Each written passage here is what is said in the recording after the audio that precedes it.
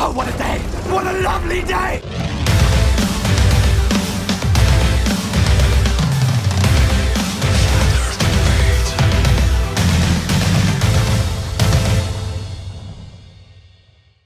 Welcome to Flat Earth Debate Uncut.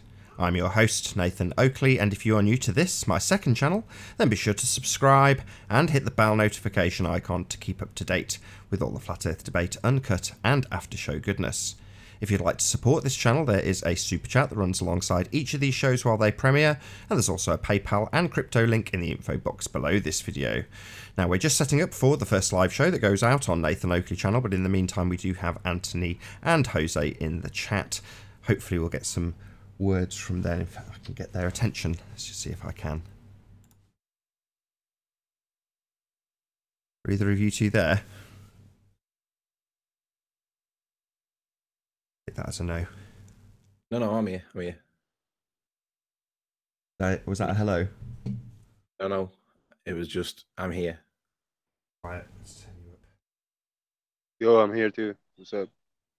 Hey, Jose. I see you liking my new video I put today, right? Yeah, I man. did the redo. I'm expecting Exhibit to pull up alongside you in his lowrider at the lights and just burn you off.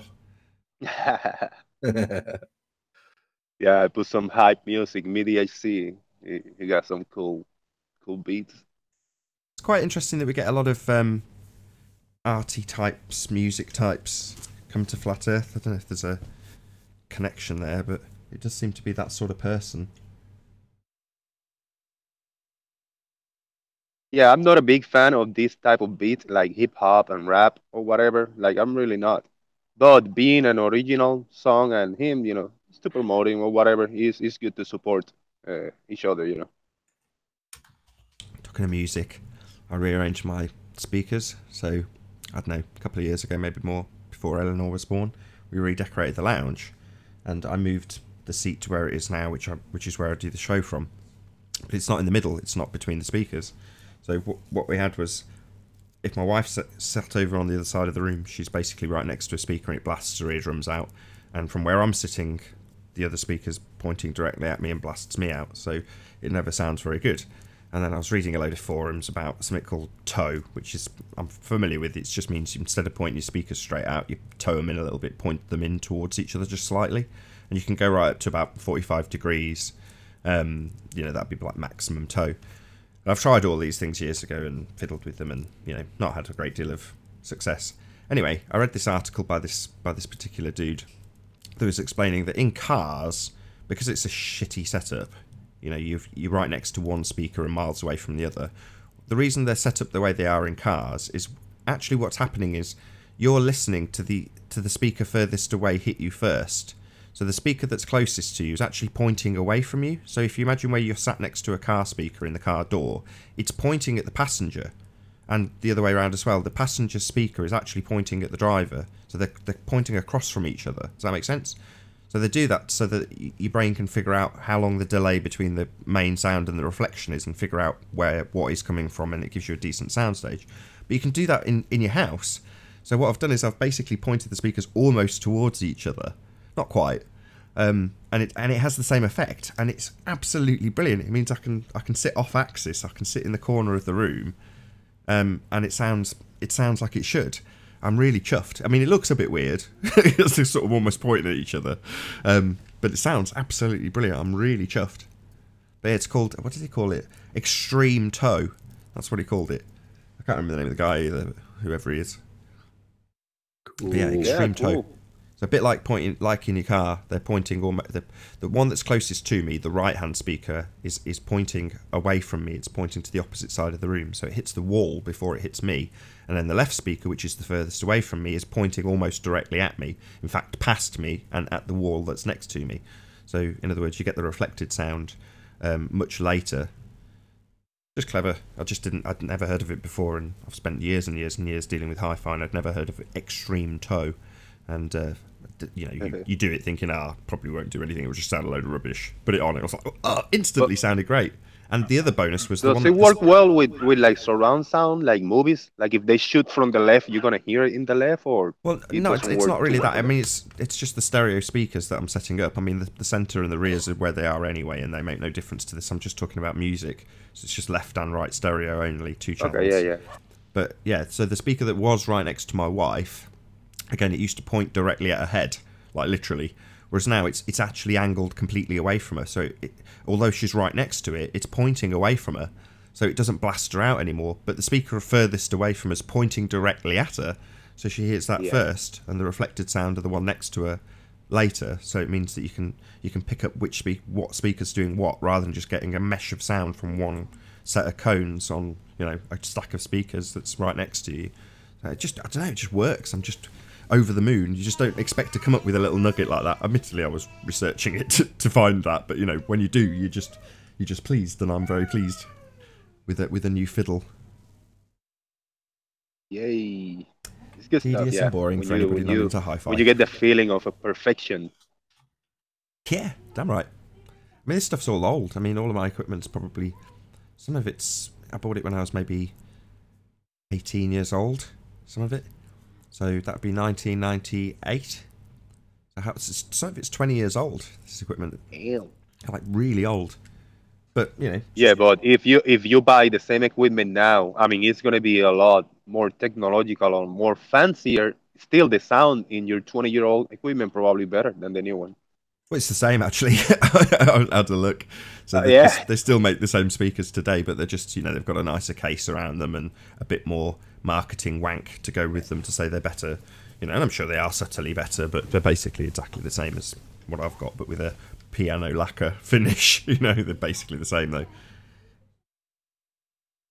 But, you know, they go up with inflation. That was the thing that shocked me. So when I bought mine, I was working in a shop and obviously selling them, and the rep that was selling them to the shop is very keen to get you to buy them, me, the person selling them, because then you're obviously more inclined to sell more of them if you've got them and you use them. So they'd sell them to us super cheap, like too cheap, loss leader cheap, like cheaper than they should. And that meant you got really good value, you know, you got really good stuff, so that you could actually afford to buy some of this stuff that the millionaires were coming in and buying, and you could instantly recommend something that was good. But it meant that I got it super, super cheap. Whereas the modern equivalent has obviously been factored in with inflation and cost of parts increases, and now they're like 5-fold the price that they were retailing at, let alone what I paid for them. So like, whoa. Remember Stephen Cheatley, the guy that took them photos? Yeah. I'm just having a back and forth with him on email at the minute. I basically messaged him and I said, you know that picture of Isle of Man from Winter Hill, the one that went into the papers? Can I buy a digital of that image off you so I can print onto something bigger? I guess what I'm asking is, can you tell me the resolution of your best image for the purposes of blowing it up, and how much would you want for it? Because I've already bought stuff off him before. He knows I'll buy it. And he said, I was just thinking about you the other day. You were mentioned in some YouTube video a friend of mine was watching. The Isle of Man image is not particularly high res, but I'll have a look into it and find some others that are. I even visited the Isle of Man in September and photographed the tower and Winter Hill from the Isle of Man. So he's done the same observation, but the opposite way round. I'll get back to you a little bit later with the images. So I said to him, I said, we know how they're fudging the maths to make a flat world look curved. Remember briefly we discussed this issue and you were 50-50. Well, this is how they fudge the maths. The turbines stop shrinking once they get to their distance, but the mountains do not. They continue to shrink until they get to their distance from the observer. This means there are two things that happen, not just one. And then I put the picture of the perspective drawing from side on showing the mountains shrinking. I said they literally ignore this point. They apply the curve mathematics to the mountain as though it was still in front of you at full size. They don't reduce the mountain down to its relative size to the observer. They do it orthographically inside elevation. That's the magic trick. It preserves the full height of how they represent the maths. But secondly, this also happens. And then I showed the one where it curves away and shrinks. I said, so the mountain must shrink in their maths as a function of distance, and it also has to drop into the curve. They keep the mountain at full height, but drop it into the curve. It kind of matches what they say we should see, so they add a little bit of refraction to it to account for it. We're now back around to your image because Sandra took this video, put a link. Have a watch of that, and then pushing it further, we end up back at yours, but with a realization of what the issue now is. they don't reduce the mountain size down because of its distance. This, and then in bold and underlined, I said, this picture proves the Earth cannot be a ball of the size they say. If you're not a flat earther, you should be. I'm going to plug this image from your website and then put a link on the show today, then put a link. It starts in 15 minutes. It'd be good to see you in chat so you can see the reaction live. Maybe see you there. So Stephen Cheatley might be in chat today, and if he does, we'll give him kudos because, I mean, basically, we're back at his image, and now we understand what they've fucking done. Amazing, isn't it? Considering we were looking at it and assessing how many feet and inches should be missing from the bottom of this, not in the slightest bit accounting for the fact that the angular size is going to reduce at distance, and therefore at the bottom of anything that you see in the distance, you're going to lose it through angular size reduction, diffraction limit of the camera, and that will cause it to appear to be obstructing from bottom up. But if you don't know that, you don't know that. You just see the full whole numbers that they present, the feet and inches value for a mountain. Well, it's a 1,700-foot mountain. So if you take it as read that it's 1,700 feet, it's 1,700 feet right in front of you, or 1,700 feet at 80 miles in the distance, while they simultaneously say it's dropping behind the curve. Well, no, it's getting smaller with distance. That's perspective. Oh, well, you don't need to account for perspective because we'll stick it in this side view. And then it doesn't matter if you slide the mountain to the left-hand side of the page or slide the mountain to the right-hand side of the page. It's still the same height, right? No. Yeah. From the viewer, it's getting bigger and smaller. But the feet and inches value don't change. That's how they nick perspective. Hijack it, rather.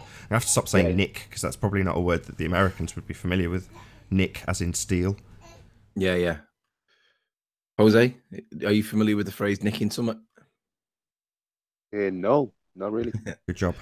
Yeah, I'll say steal.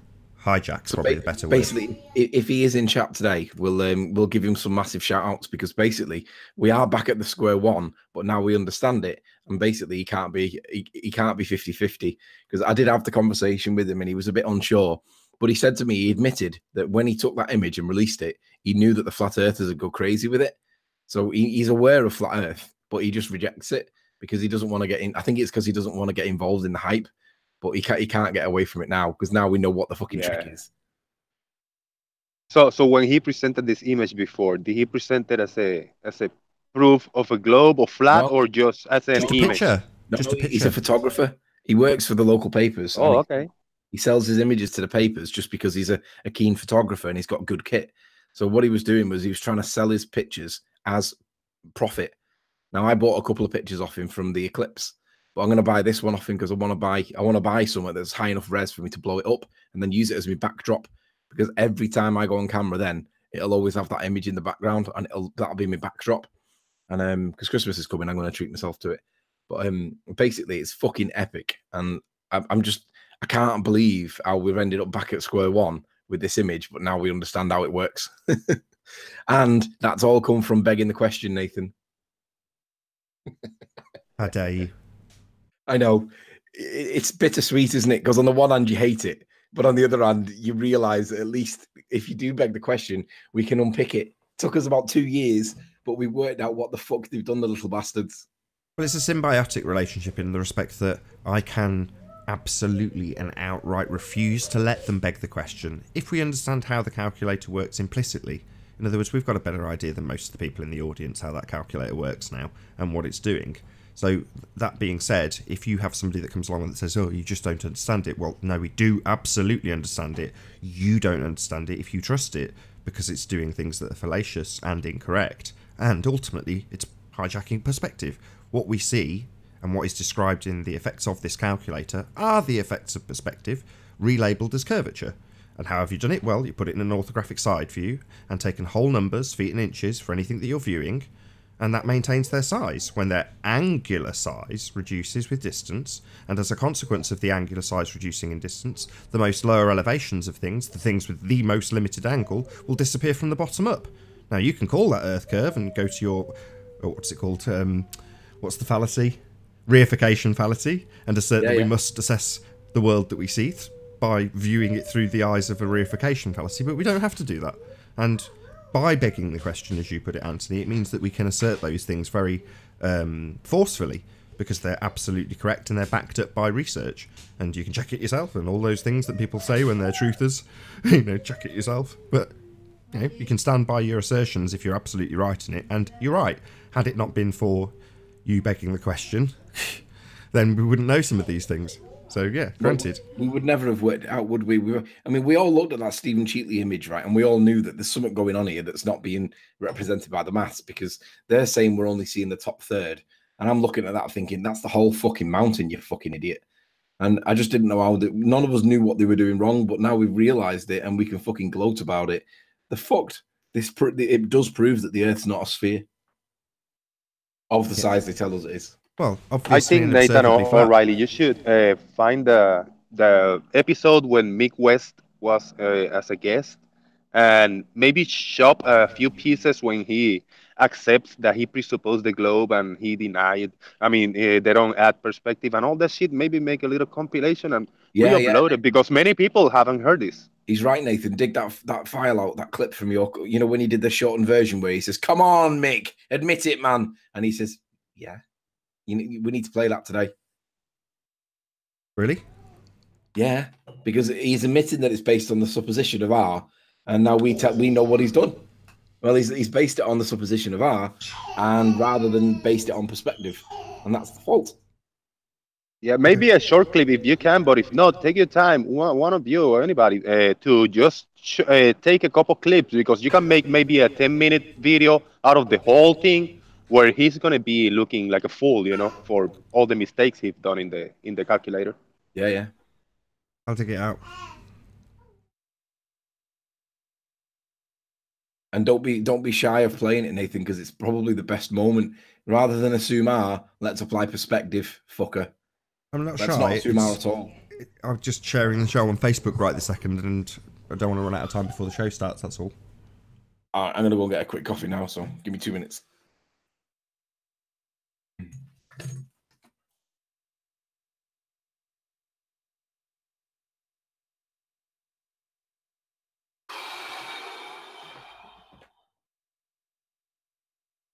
I'm gonna go away. I'm gonna share. I'm gonna go away. Gonna share on Facebook also.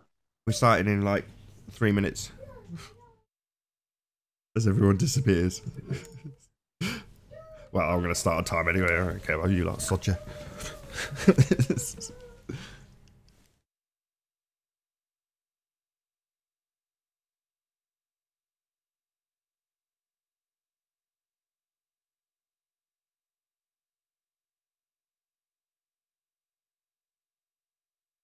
Right, I found it. Done already, Anthony.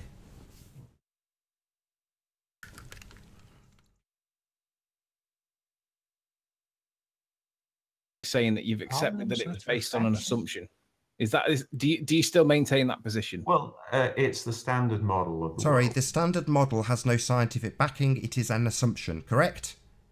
Well, it's the standard model. Sorry, the standard model has no scientific evidence. You only assume a value of R. Correct, Mick? For crying out loud, man. Yeah. Right. Beautiful. Hell yeah. He had to accept it. He like, yeah. 2 minutes. Am I starting? Very exciting.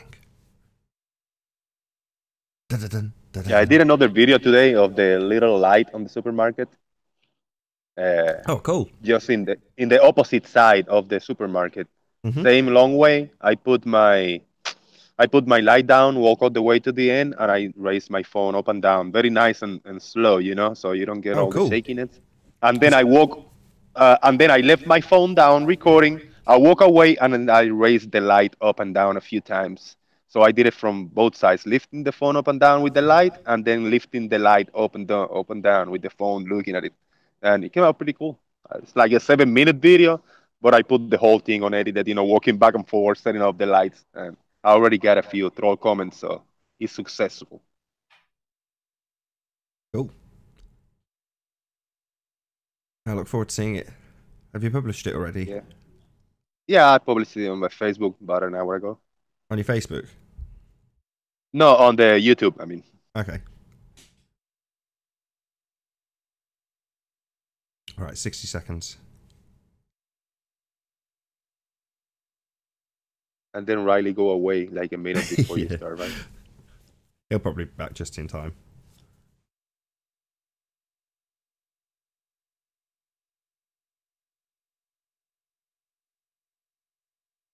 Oh, what a day!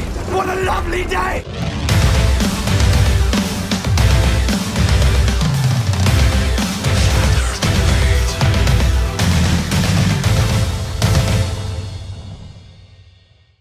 Welcome to Flat Earth Debate. I'm your host, Nathan Oakley, and if you are new to this channel, or you've not done so already, be sure to subscribe and hit the bell notification icon to keep up to date with the Flat Earth Debate. If you'd like to support this channel, there is a super chat that runs alongside each of these shows while they're live, and there's also a PayPal and crypto link in the info box below this video. Most importantly, if you would like to join the discussion, simply mute the page you are currently watching, then click the link in the info box below this video to join the panel and express your views on the shape of the Earth.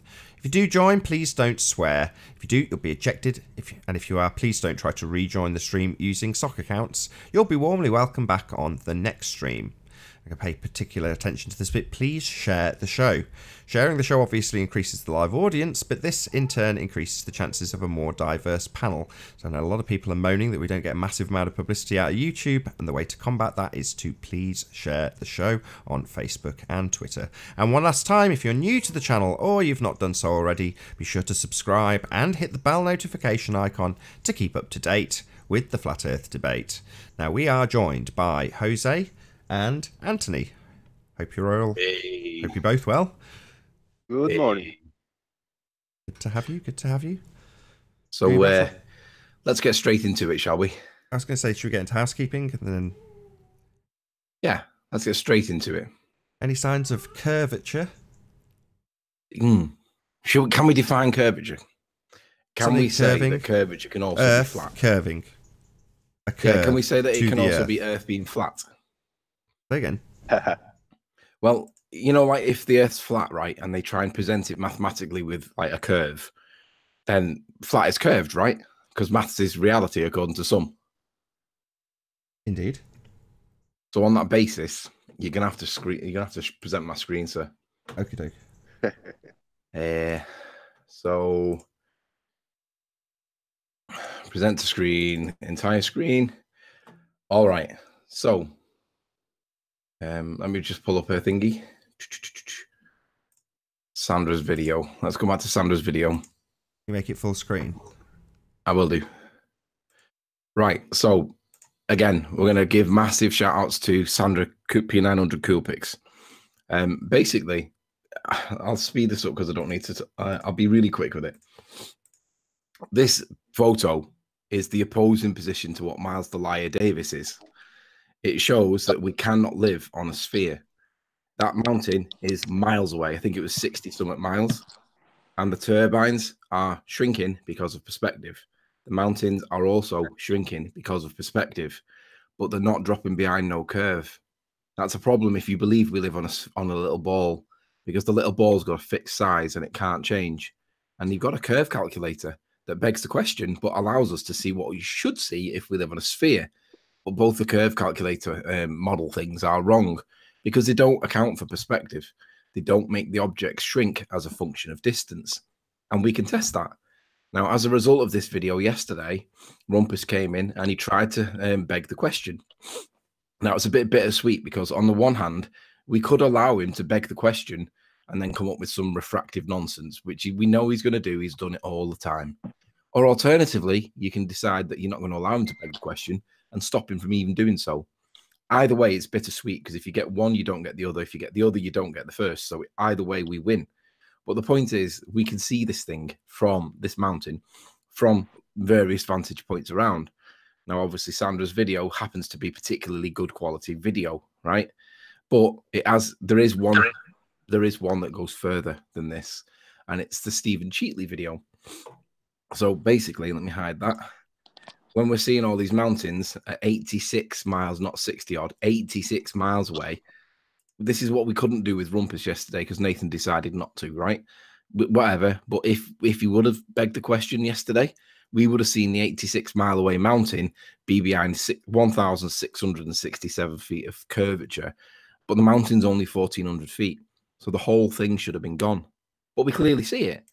So this has taken us back full circle, and we end up back with Stephen Cheatley's image, because Stephen Cheatley's image is a little bit further back on Winter Hill. So what I'm going to show now isn't Stephen Cheatley's image just yet. I'm going to tell people what the curve calculators are not doing. I'm going to remind people, because if you're new to the show or you've not been keeping up with it, and this might be the first time you've seen it, basically these mountains shrink as a function of distance. And when they shrink, because they're 86 miles away, they're a lot smaller to the observer than what it is when it's right in front of you. Because obviously you'd be looking up to the top of it, but by the time it gets down there, you're looking down on it. So when you shrink that 2,000-foot mountain as a function of distance at 86 miles, then that mountain's going to be a few pixels on the horizon.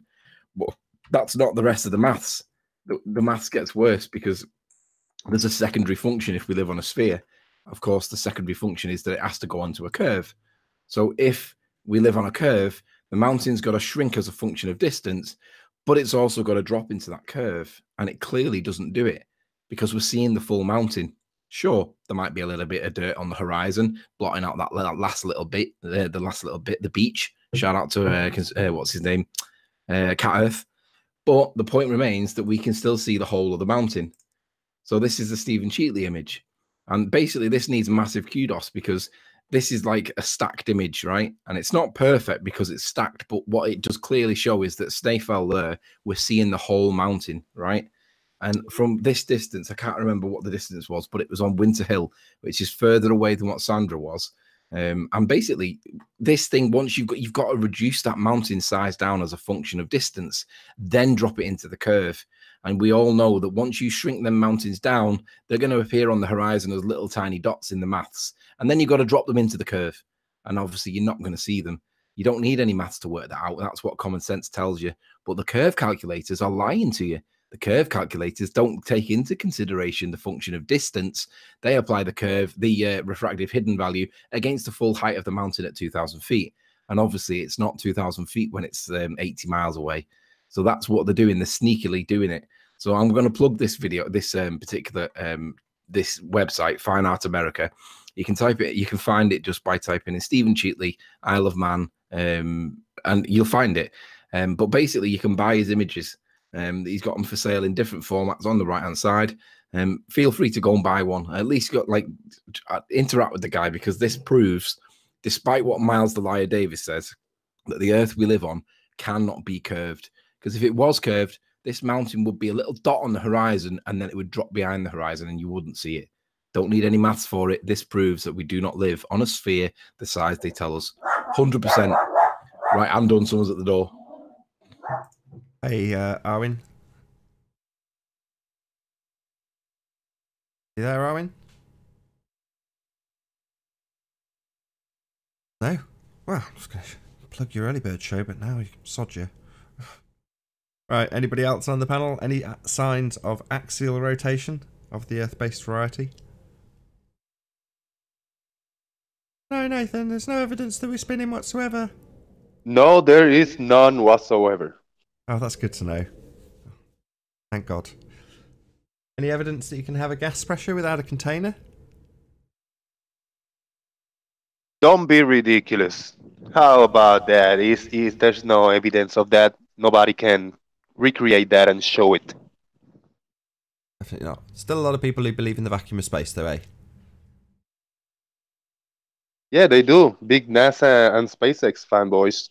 They see rockets going to space and they say, yeah, pressurized the system without a barrier. Ridiculous. Yeah, it's stupid. It's not pressing on anything. It's pressing on a vacuum, which it wouldn't be able to press on. It would disperse into. What about the distance to the sun? Any evidence of that? There is no evidence of the sun, Nathan. We don't know what it is. It just appears to be this phenomena. We don't know what it is. Nobody can prove it's tangible. Yeah, by definition, it is definitely intangible. So what about scientific evidence of gravity? Anybody come up with that? Just the aberrations, but no. Then are we appeared? Did you boot Anthony after the Once show? the word yesterday? gravity pop out, Arwin like, no, here I am. No, I'm messing with you. A little birdie tells me that you booted Anthony after the show yesterday, Arwin. Is that true, Anthony? You did the little shit. Me? Yeah. I might have. Are you going to deny it? Nah, Well, oh, no denial. you're being a total dick. So yeah. Come on. Yeah. We seem to regress periodically, Arwin. We seem to go back. Now like you 3 seem to regress, and then I respond accordingly.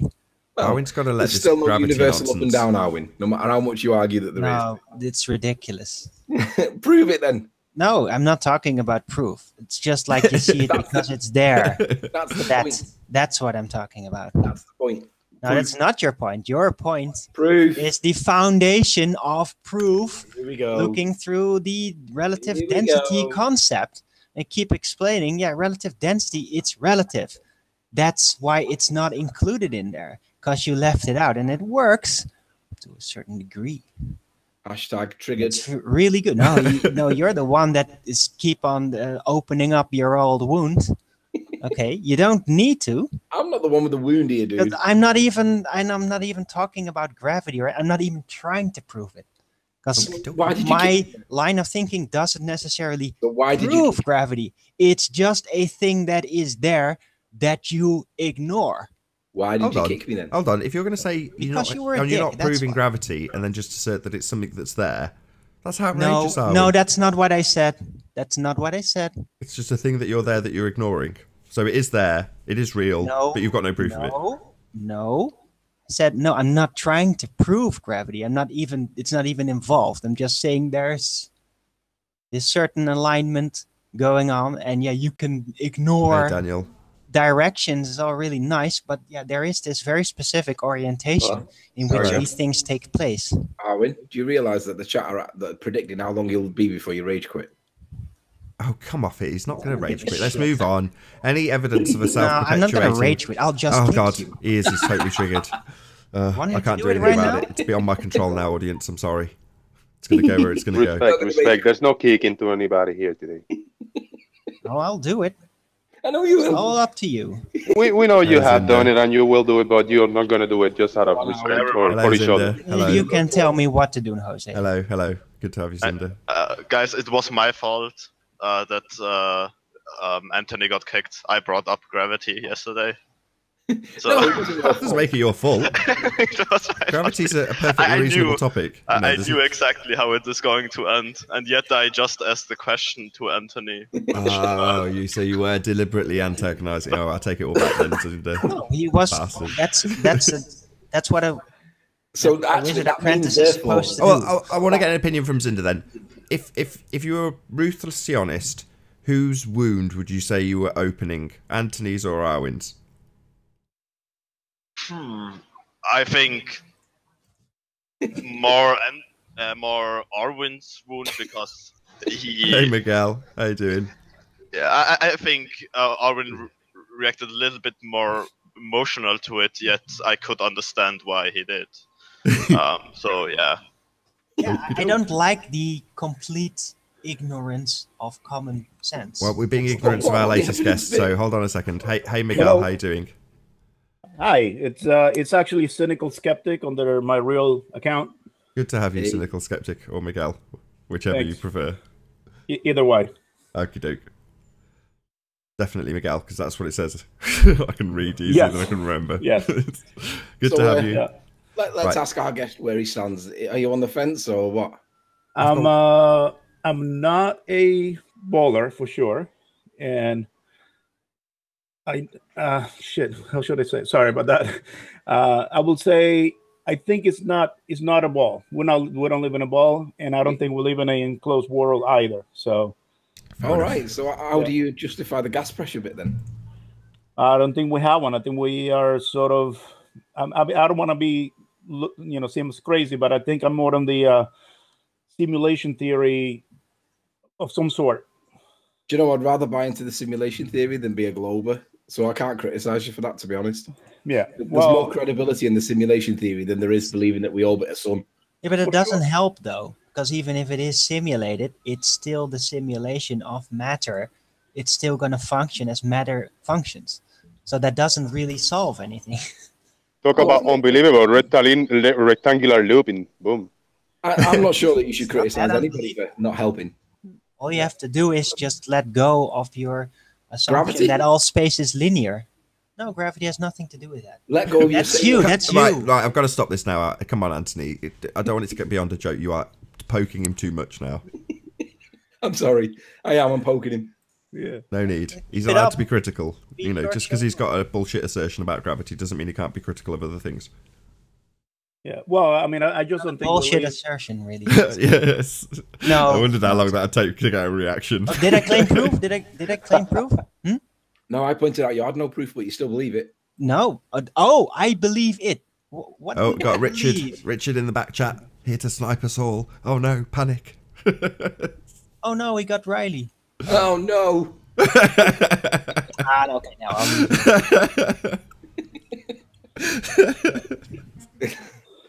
Right, we've got one more housekeeping It's a fun question. show. We're just having fun. Go ahead, Nathan. We got any evidence of a self-perpetuating molten iron core at the center of a presupposed spherical Earth? No. Nope. You'd have to be a moron to believe that we live on a sphere that's got a molten iron core and self-perpetuates itself. When there's no evidence that iron can do it, why would you believe such nonsense unless there was proof that it could do it? It can't even prove that iron does it. So why would anybody accept it? It's the P waves, man. What if it was just a solid iron core? Well, they still need to get that magnetism from somewhere. Well, if it's solid, it could do that potentially. No, it's beyond the Curie Just a point. giant magnet. Just a It's beyond the Curie giant point. magnetite rock. Arwen, it's beyond the Curie point. They Oh can't- no, they can't- please God, No, but that's Arwen, only don't- if you assume that it's molten. No, it's not. It's beyond the Curie point whether it's molten or solid. We have to assume full stop. There's nothing to. Hey, Warren. There's nothing beyond. What is it? 8 miles, 12 kilometers, something like that. Well, that's it. That's how much we know. That's end of that story. Unfortunately, it'd be lovely to have a bit more of that story with a bit more investigation, real investigation, that is. But just to speculate, it's meaningless, really. Well, for it to work, we would have to assume too that the pressure is high enough to keep a metal that should be molten solid, which is something we can't prove, I think. But I'm going to go to the easiest route to answer this question of the molten iron core. I have seen it in coloring books, like Crayola books. But wait, I've seen like science fiction and superheroes and monsters. So sorry, that's a no. Well, the two are often linked, right? Born in the heart of a dying star. Superman. Or some bullshit. Probably not Superman. I was watching IML Media last night. I had a vehicle full of women, 15 women coming back from somewhere, and they didn't realize it wasn't a podcast type thing. They thought it was the radio. And they were discussing conspiracy theories, generally speaking. Not one specifically, but like 9/11, different things. But unfortunately, they started swearing, and they were like, this isn't the radio, is it? And I'm like, no, it was a podcast. I called it a podcast. So I had to ring Adam Meakin and say, Adam, don't swear, man. I've got a vehicle full of people. But they passed as a real thingy, though. A real, like radio show. It sounded like Radio 2 kind of thing. So shout out to Iron Realm Media. Oh, they've come such a long way. Yeah. Can you remember the days of the constant mic checks and feeding back and no one nearing each other and half the guests not being heard and the other half being double the volume of the others? So to say that you've got a bus full of people and they're just, as far as they're concerned, it's just a radio broadcast, that's a testament to how far Iron Realm Media really have come.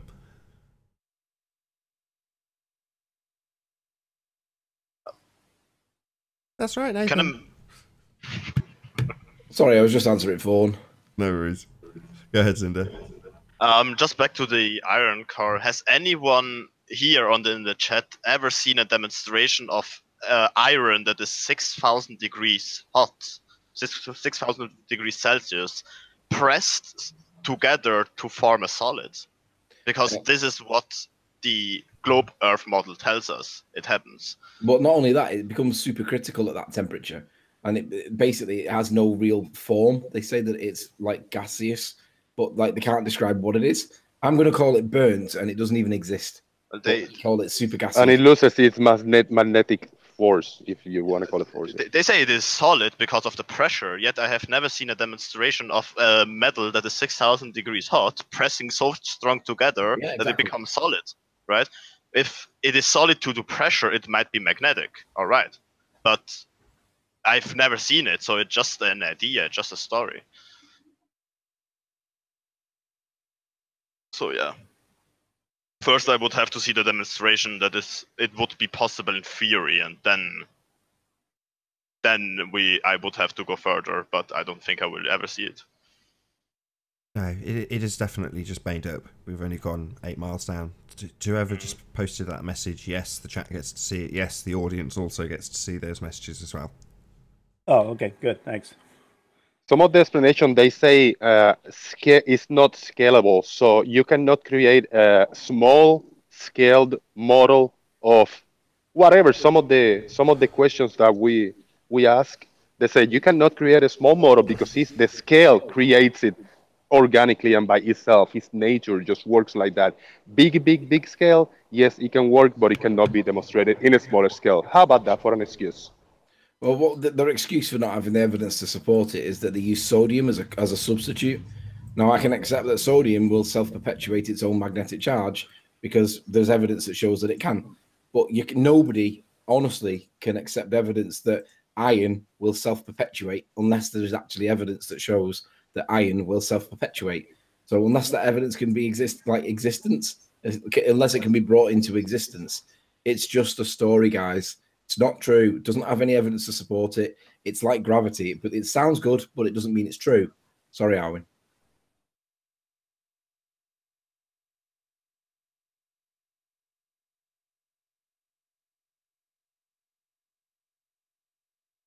We have a little blessing for the people in the chat. Anybody say R yet? R?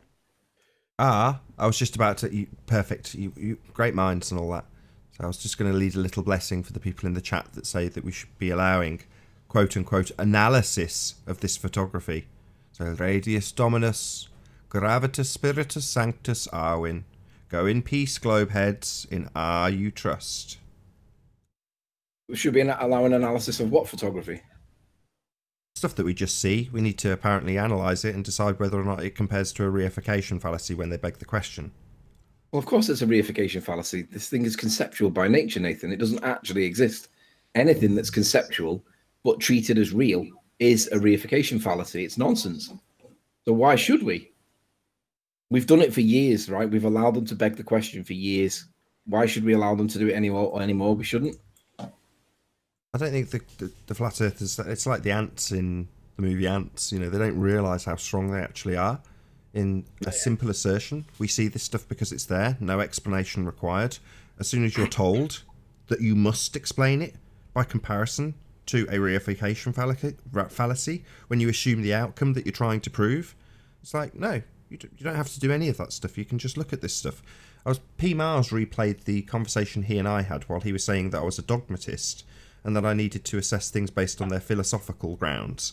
And during the argument, I was like, okay, well, look, there's a tree.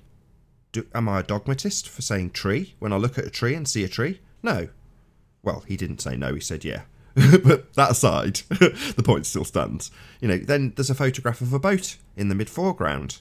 Nothing to do with Earth curve. It's apparently just there, right? So I pointed at it and go, boat. Does that make me a dogmatist because I point at a boat? Now you point at something else a bit further away and go, Isle of Man. Suddenly, you're a dogmatist because you don't assess that based on its validity versus a reification fallacy. That being a globe model. Well, no, I can point at it and just say Isle of Man, and there's no issue there. Why? Because I'm a flat earther and proud to say so. Because I look at stuff, see it's there, and go, Isle of Man, tree, boat.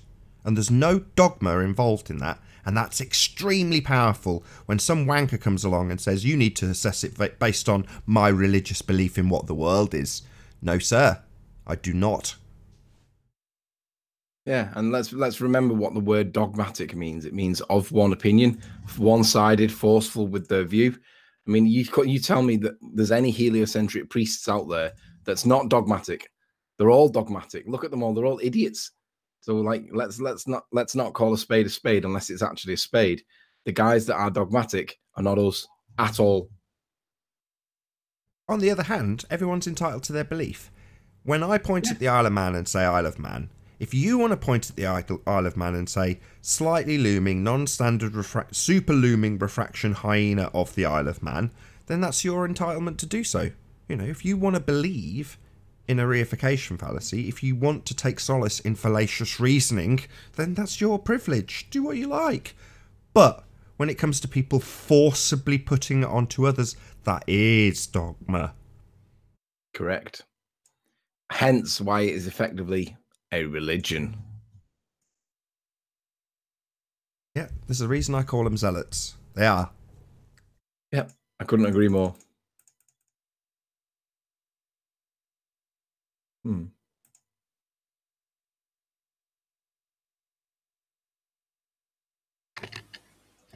Yep.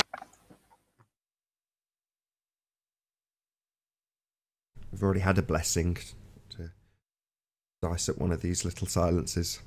No more blessings. If you haven't gone in peace, then tough. I'm just wondering why it is. Oh, I see. I was just wondering why it was I couldn't buy my vehicle depot, and it's because I've not bought my oil refinery yet. Damn. Command and conquer rules when the ballers can't come in and defend their nonsense. Well, let's be honest, we're kicking their ass so badly that they can't come in. What are they going to say?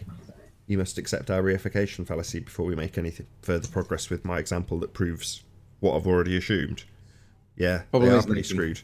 But that's how weak their argument is.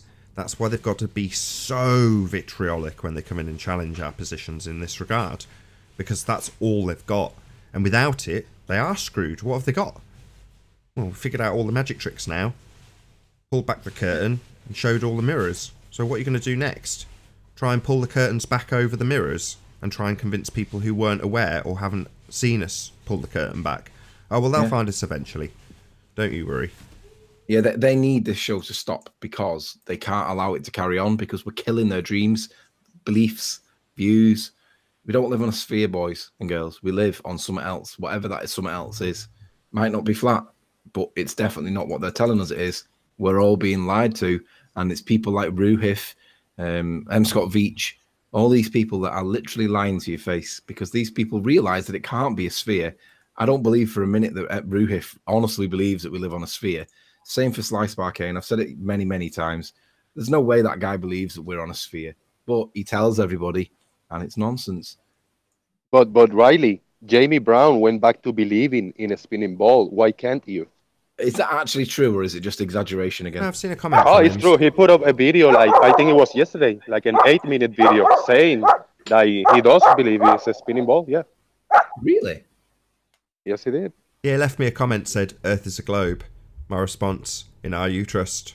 Prove our. Was it really him, though, or was it his soccer account? No, it was him. It was him. Really? But the same principle applies. If you want to go and believe in R, that's your bag, man. Good for you. Yeah. Good for you. I'm fine with him having a different view, but my view is that he obviously doesn't watch this show, because if he does watch the show, there's no way you can still believe. You can't change sides after watching this show. We've absolutely obliterated the fact that there's no curve there. It took us 2 years and we're back at square one. But this time we're back at square one with a totally different perspective, and we realise what the trick is. But, well, you know, if he thinks that, then he's entitled to, but he hasn't been watching the show, obviously. Hey, Thomas. How you doing?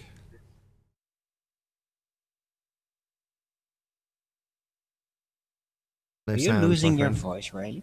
Yeah. No sound, Thomas. Blessed be. Murder me. I don't know what's happened. It's like a cold, but without the rest of it. It's just the sore throat bit. You get what you mess with me. Seems like, Pardon? I don't know if either of you two know, sorry to change the subject from your health, but in the last couple of months, have you noticed a distinct change in the chat feed?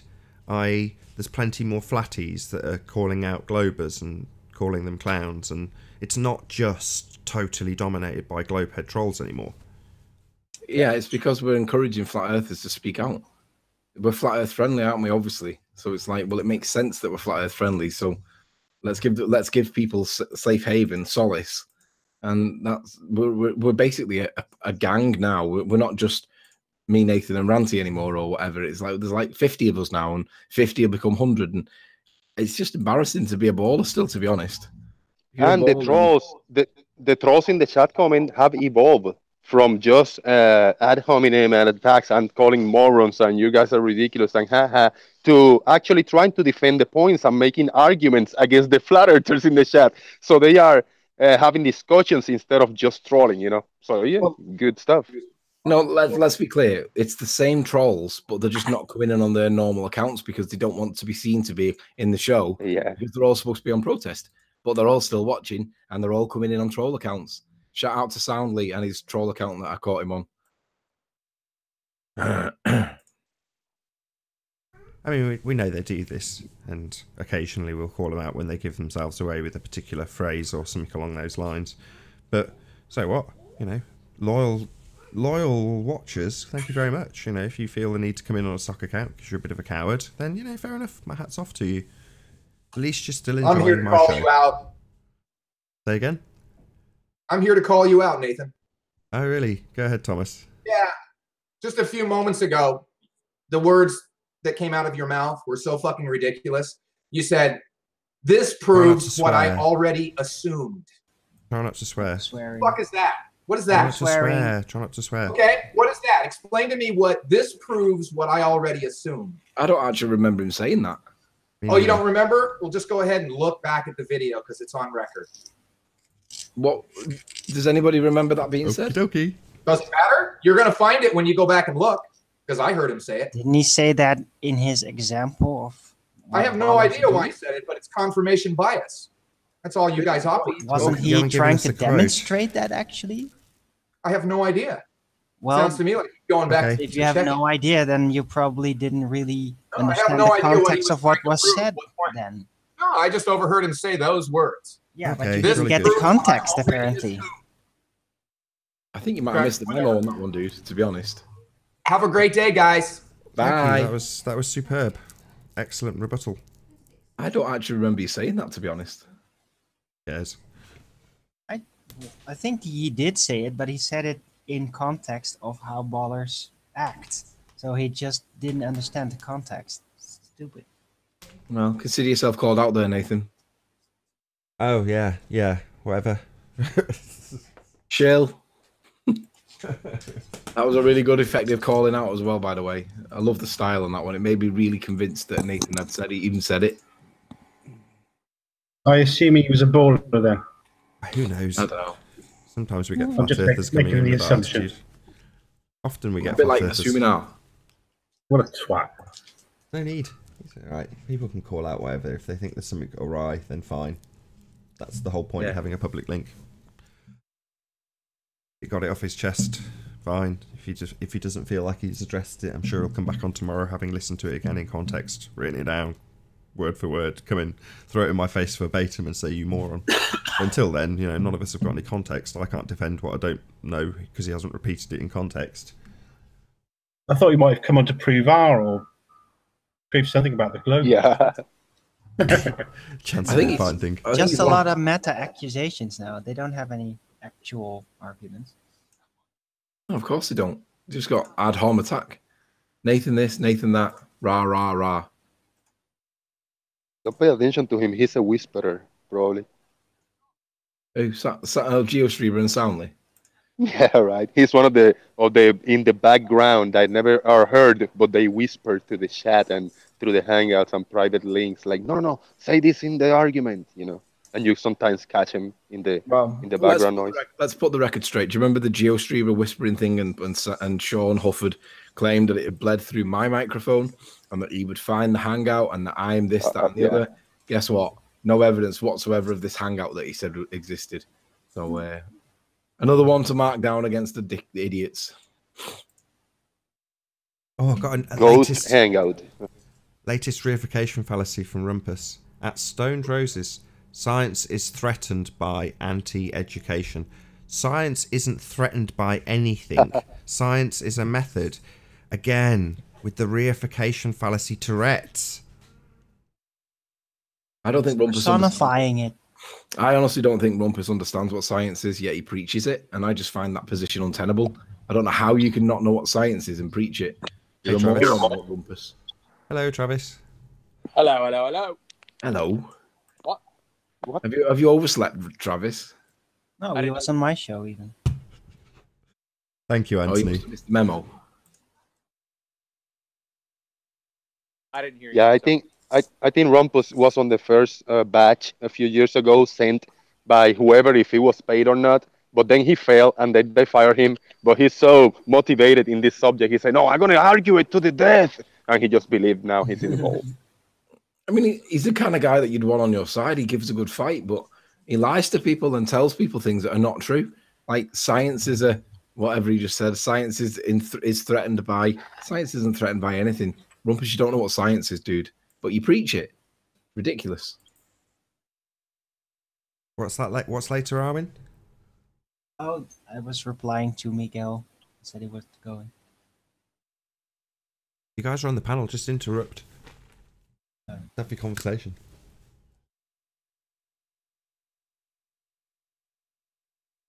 No, I want Whoa, to pass whoa! notes. Don't all talk at once. Come on, take it easy, guys. Take turns. We want to pass it Well, on if notes you guys, under the desk. If you guys want to kill some time, I just uploaded a minute-long shot of Venus this morning. It's got some interesting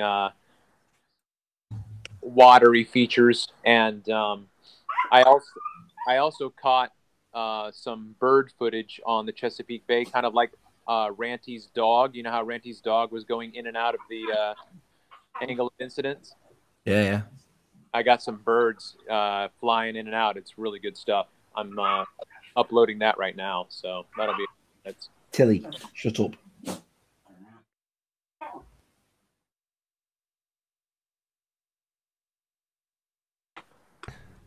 Okay, if science is more than just the method, you go and tuck science in, give it a little kiss goodnight, Rumpus. Tell it a bedtime story. If it's threatened by things, you make it feel better with a kiss on the cheek. Oh, he's talking about the subculture science that has become mainstream. Yeah. It's not. That's just the folk approach. Yeah, they've hijacked science as well as perspective. Science is very useful for proving things. It's become a cultural thing, but problem is that so much has been convoluted about it, and the method on which it rests is not really being honored anymore. It's being more poo-pooed at, shoved in the background because, hey, the people are more interested in good, interesting stories than in the facts. Absolutely. No one's interested in the stories. We want the evidence, are we? Not stories. But that's what we Evidence. want. We're talking about the general public here. Yep, the general public likes a good fable. Yeah. Don't take my ball away from me. We could make a song out of that. Yeah, shout out to Flat Earth Man. Yeah.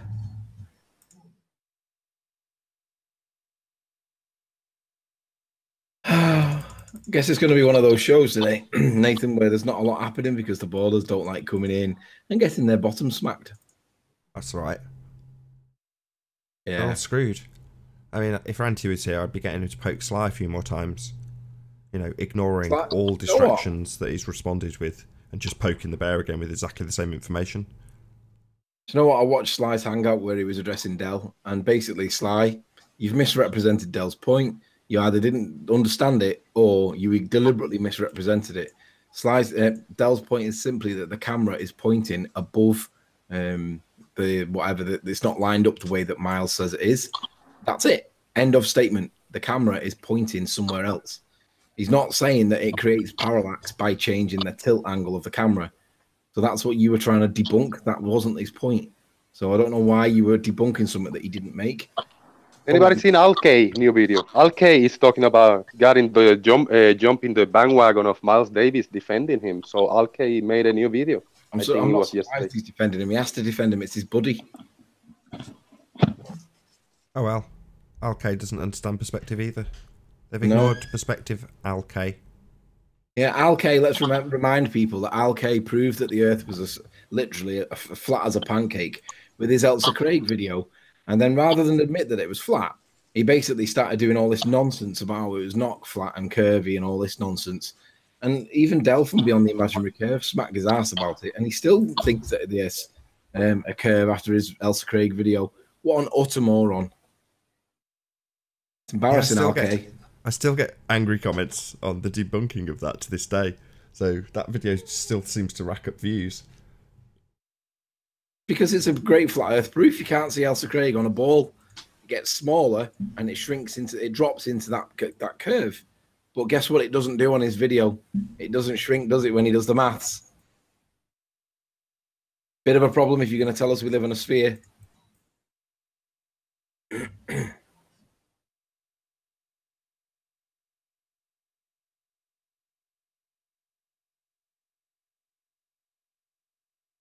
Was there anybody else in chat that wants to call Nathan out for something?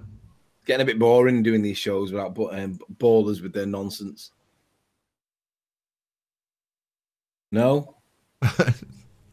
Should we just like represent more flat Earth proofs, Nathan, and just man, like I'm up for that. Poke the bear. I can't do it at the minute. I'm still playing my game. Serious student says at Nathan Oakley is a genius. I don't think so. Serious student. The Earth being obviously and observably flat is something anybody could observe. But thank you all the same. I appreciate the sentiment. Nathan would be nothing without his team of lynchmen around him. Absolutely. It's a great day to be a flat earther. Pretty bad one if you're going to be a ball earther, to be honest. But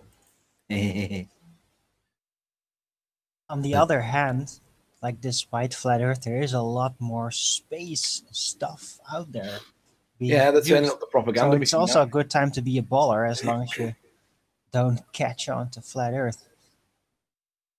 Yeah, now's not a good time to be a ball earther.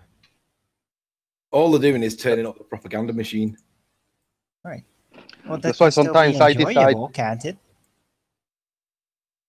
Sometimes I decide to put arguments in favor of the globe, the same arguments they put in there, and to see what the argument for the flat earth on explanations. But then I go back to the ballers talking to them, and they say like, "Oh yeah, I heard you, Nathan, but you could have said this and try to defend the point more, and why you didn't like fight for it?" Because I don't believe none of this shit. I just present the argument to see if somebody has knowledge on their belief, their dogma, and their freaking stuff to defend it. But not me. I present the argument just to keep the conversation going. I don't believe in none of this shit.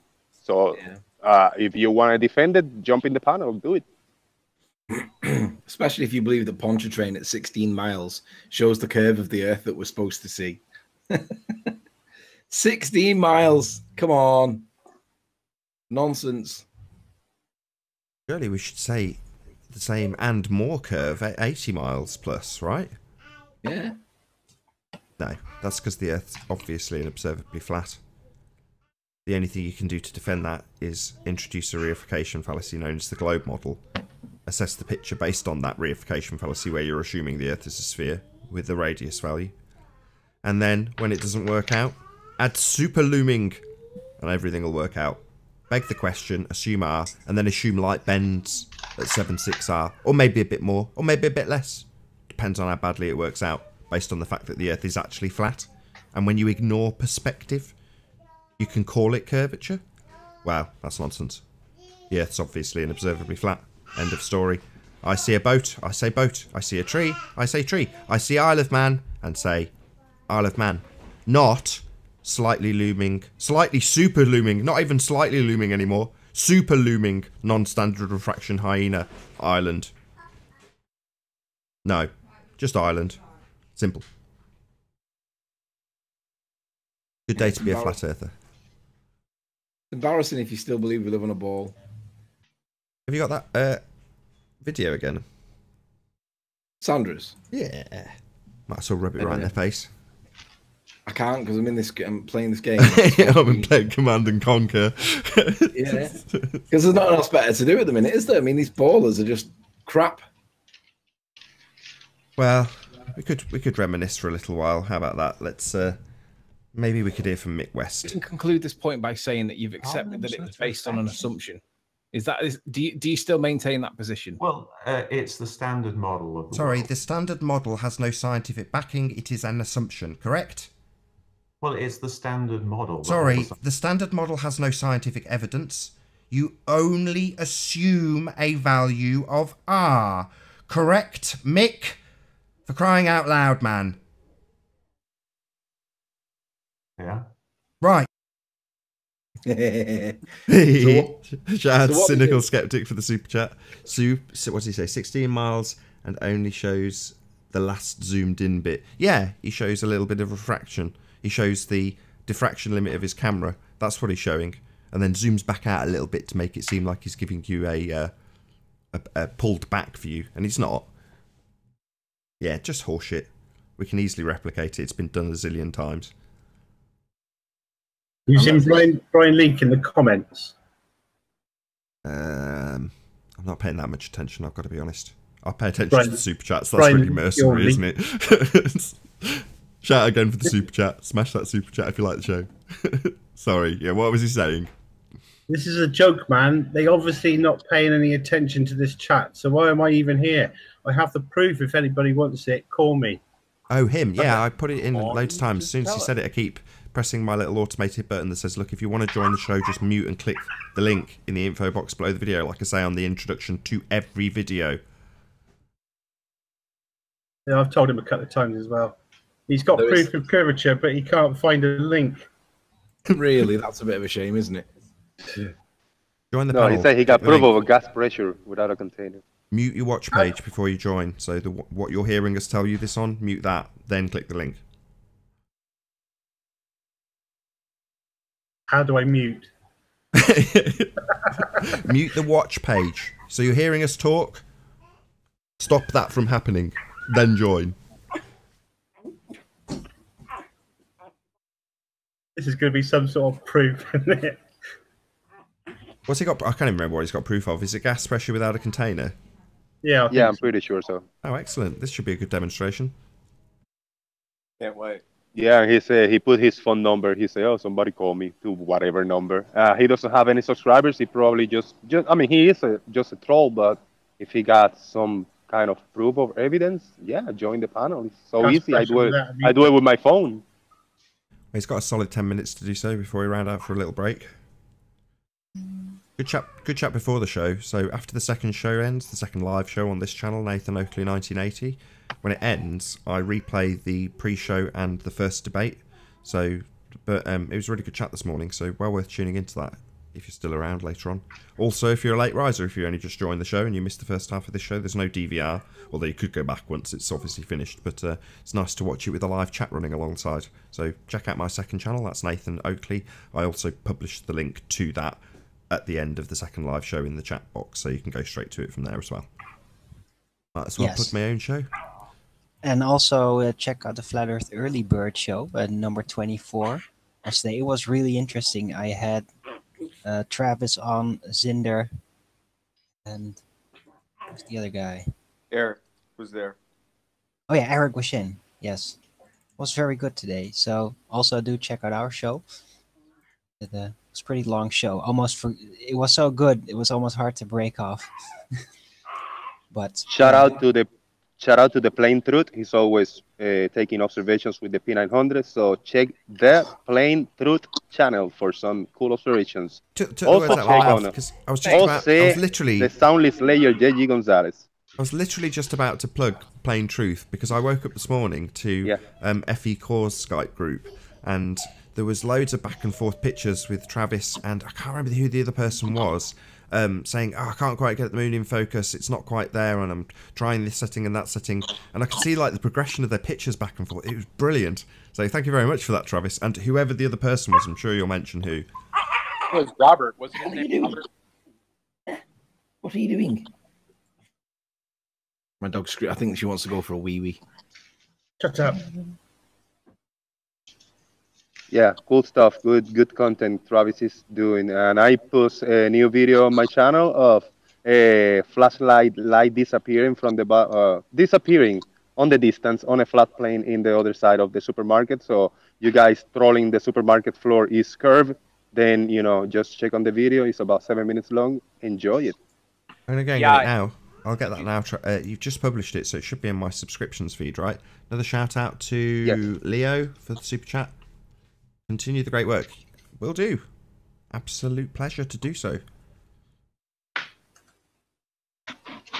Right, Yeah, the guy subscriptions. Let's see if I can find the Jose's guy in video. MP4 Go ahead, was Travis. Rob Sorry to cut Durham. you off. You are very low, Travis. Go ahead. I'm very low. Hello, hello. I don't know why I'm low. Yeah, I can hear you. It's fine. No, you're good. Okay. You're good.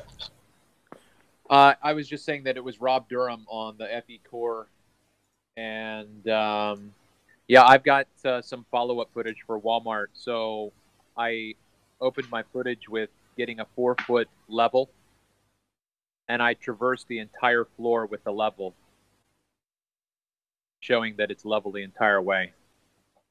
And then I shot the footage again with the light. So I've got to process that and get that up. Got Jose's footage playing at the moment. I don't know if I'll just present it to you all. Yeah, I did that. I clocked out of work earlier, and I told my boss, hey, I'm going to put this little light in the corner. Just let it be. I'm going to do a little bit of testing. He shook his head like, you crazy. So yeah, this is a very old supermarket, and the floor is, I mean, obviously flat floor because you're going to have bumps and creases. Customers are going to be falling all over the place, and you don't want to get sued, you know? So yeah, if you believe it's a curve, it's a deviation on the floor, I don't have any way to prove it. I don't have a laser. I don't have freaking bubble level to do it, but it is what it is. Things disappear from the bottom up because of the angle that you are viewing it.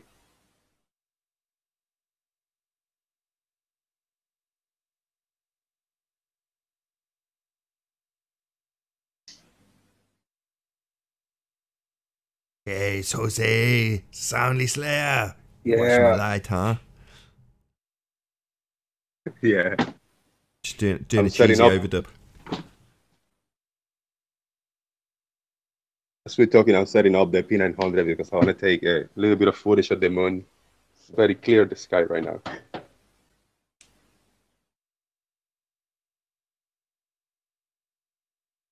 I'm almost there to the end of the road to check on that light to see if I'm going to be seeing it when I get my phone down to the floor.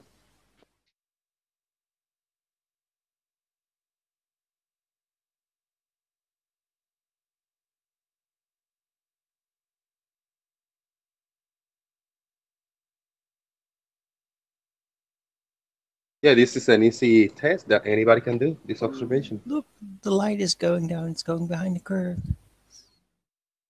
And there goes.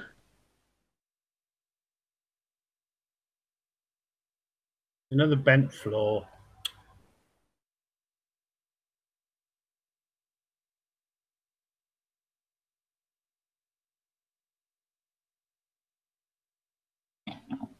And I dropped in the critical moment. Well, judging from the reflections, it's not a perfectly straight floor.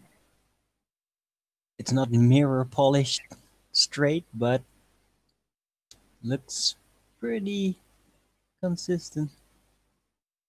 So hopefully Yeah, now you I'm guys... setting my camera there. I'm walking all to the other side, and I'm gonna raise the light up and down. I'm just setting up the phone so I can leave it.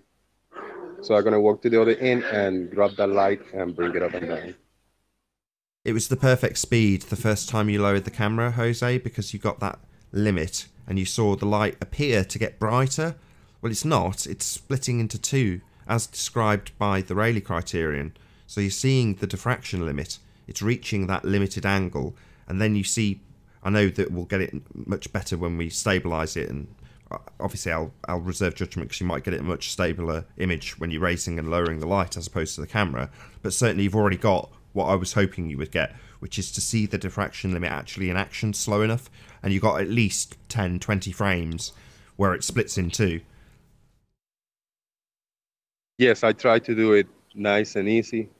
Same in the other side. I try to raise the light and bring it down nice and smooth. Maybe you already told it, but what camera did you use for this observation? It's a Samsung Galaxy phone. Okay. I think it's 6 megapixels. All right.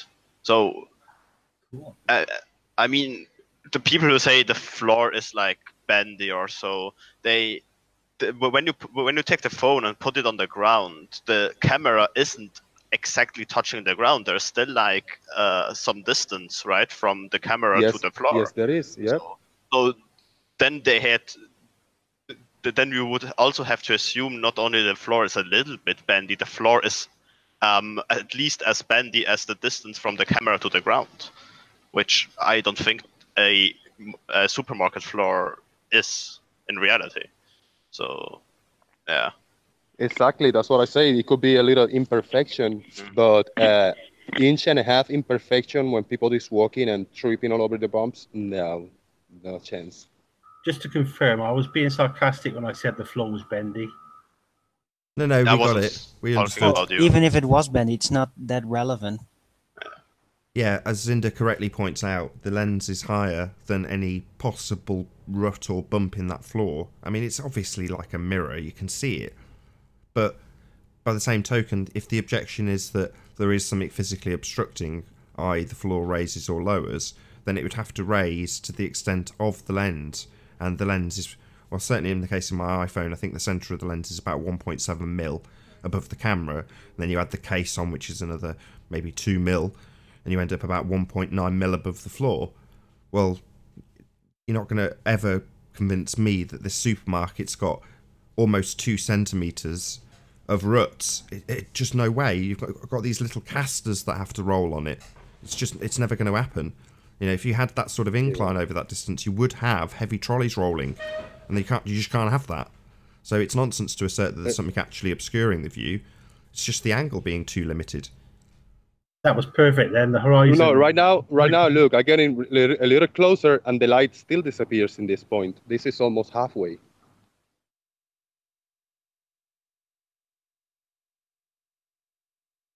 That's brilliant, isn't it? Yeah, there's a bump. Oh no, I don't think so. It's crazy. It's the optics that we haven't. What's the word? Woo woo. It's like a it's good stuff. It'll do it from here. Last time it did it from like about this distance when you did it. You know, I reckon you could do it from about 4 of these units down, and it would still do it. Yeah, I will try it again on different distances. I did it a little less than halfway, but I will try it a few times to. Yeah, it was good stuff. Nice one, Jose. Muchas gracias. Muchas gracias. Good morning, guys.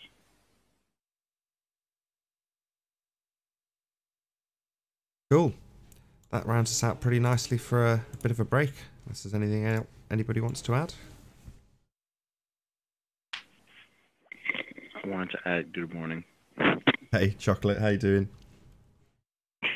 Not too bad. How you guys doing?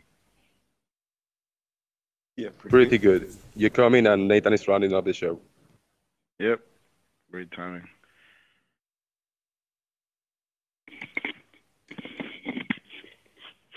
Is this the first show? This is the first show. We're just literally about to round out for a break, so I'm going to live and leave you to chat in the interim while I say, first and foremost, a huge, massive, enormous thank you to all of the live audience for tuning in and hopefully sharing this debate. If you hated the show, then smash the dislike button, then smash it again. But if you like the show, maybe consider sharing it with a friend or subscribing if you've not done so already. Also, a massive thank you to all of the debating panel for making this debate possible. I've been Nathan Oakley, and I'll see you all in the next video. Oh, what a day! What a lovely day!